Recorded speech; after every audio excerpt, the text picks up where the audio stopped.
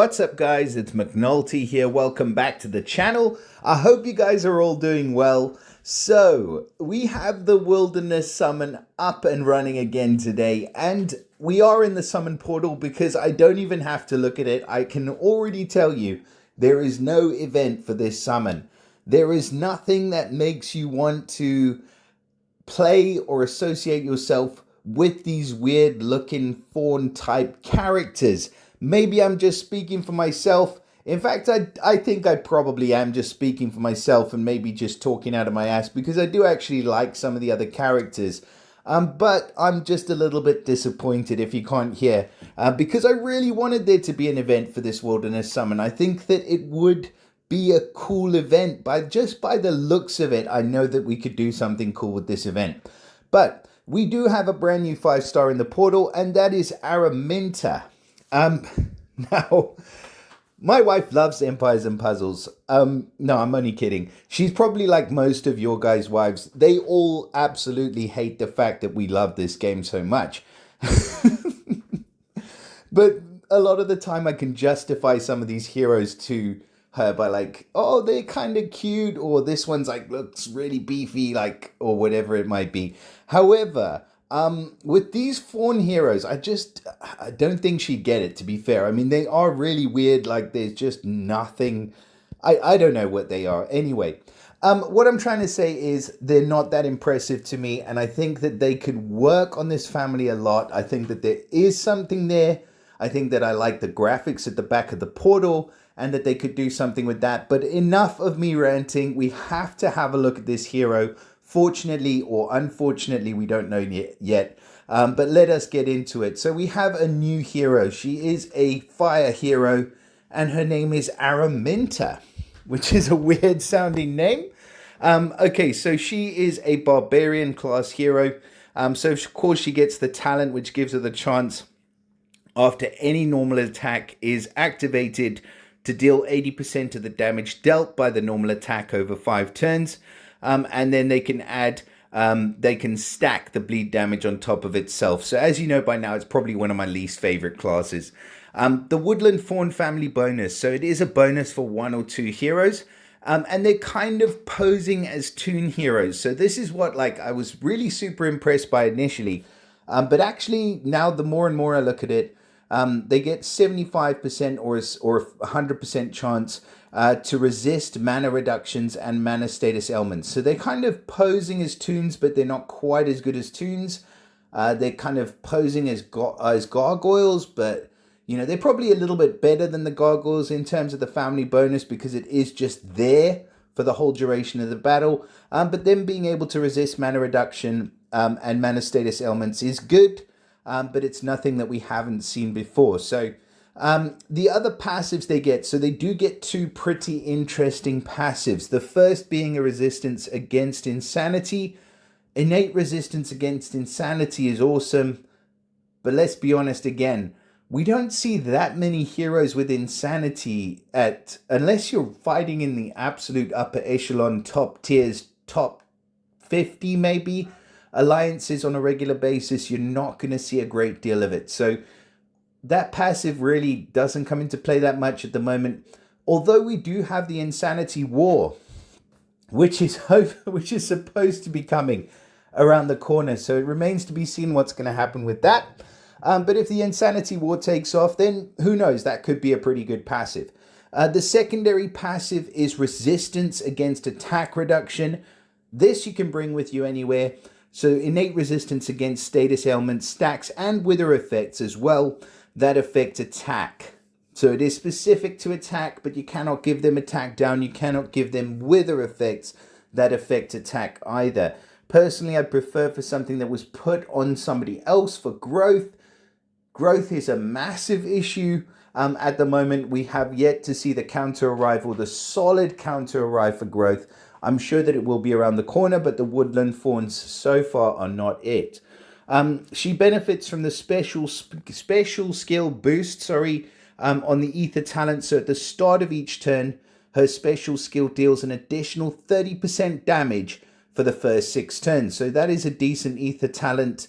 In terms of the stats, 1109, so super duper beefy stats.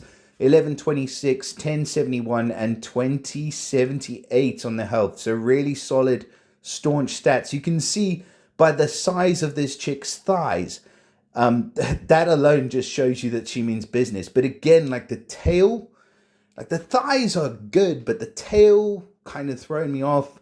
And even saying that now, I think the thighs are a bit mannish, but that's just me. Anyways, her special skill is called Forceful Advance. So she's running at fast speed, so that's pretty decent. She deals 260% damage to all enemies, and she gets a stack, which is a maximum of 10 stacks. All damage all enemies receive is increased by 7%, and all allies gain 10% mana after 2 turns, or immediately if the effect is removed before the duration ends. Why? Just seems a bit overcomplicated in terms of the way that they gain the mana. Why do they gain it after 2 turns or immediately after the effect is removed? Why don't they just gain 10% mana when she casts her special? I don't see anything about this special that's super overpowered. I mean, 260% damage to all enemies is quite a bit, but it's not ridiculous. Even with a high attack stat, I think it's okay. I do like the stack a lot because all the damage is increased. But then the stack is only 7% per stack. And you've got somebody like Franz. Let's just take Franz because he's, everybody has him. He's running at very slow speed. He does a 50% stack. So the max you can get up to this one is 70%. But then you have to cast her 10 times to be able to get up to that 70% stack.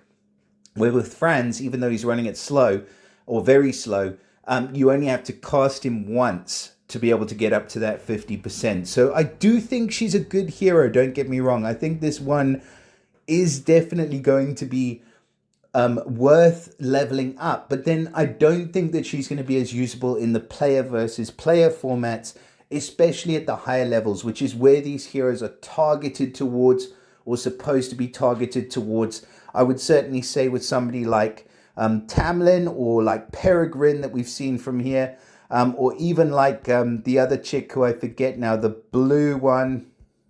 She is in here somewhere, isn't she? Or have they taken her out for this one? You know who I'm talking about. There is a blue, very fast hero in here who's brilliant. And if they've taken her out, then I'm going to... Yeah, looks like they have taken her out of this portal. I'm going to advise you not to pull in this portal. Just do not pull in this portal. It's not worth it. Definitely not for Araminta. I mean, the others are pretty good. But then if you look at the odds here, it actually at the summon gate, it says here, increased chance for legendary heroes. No classic legendary heroes in this summon. And that kind of leads you to believe that there's an increased chance that you are going to be getting one of the featured heroes. But no. See, they haven't lied. But what they have done is completely pull the wool over your eyes. Because there is a 1.7% chance to get a legendary hero. But there's only a 0.8% chance for you to get a legendary featured hero. So while there is a higher chance to pull a legendary hero, you could be pulling, you've got a higher chance to be pulling any one of these heroes. And if there is a costume featured for any of them, guess what? You are not getting it. That is the way this portal works. So I'm going to advise you not to go ahead and pull for this hero. I don't see anything particularly amazing about her. But then I will open it up to the floor. So, of course, if you do have something that you want to say, if you like this hero, if you don't like this hero, however you feel about this hero, I want to know.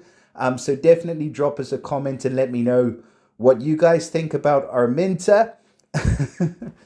I'd be interested to hear it, really. And also, just big news, we do have something pretty mega coming up for this weekend. So if you're not subscribed to the channel, if you have not shared it with your friends or your family or your mothers or your papas or whoever wants to watch this, hopefully, or even whoever doesn't want to watch it, I don't care, share it with everyone. But yeah, drop us a like, subscribe to the channel because we do have some big things in the pipeline. And also memberships on the channel, don't forget about that. So if you are thinking of supporting us, that would be absolutely amazing. With that being said, though, I wish you guys all of the best, and I'll see you again soon. Bye for now.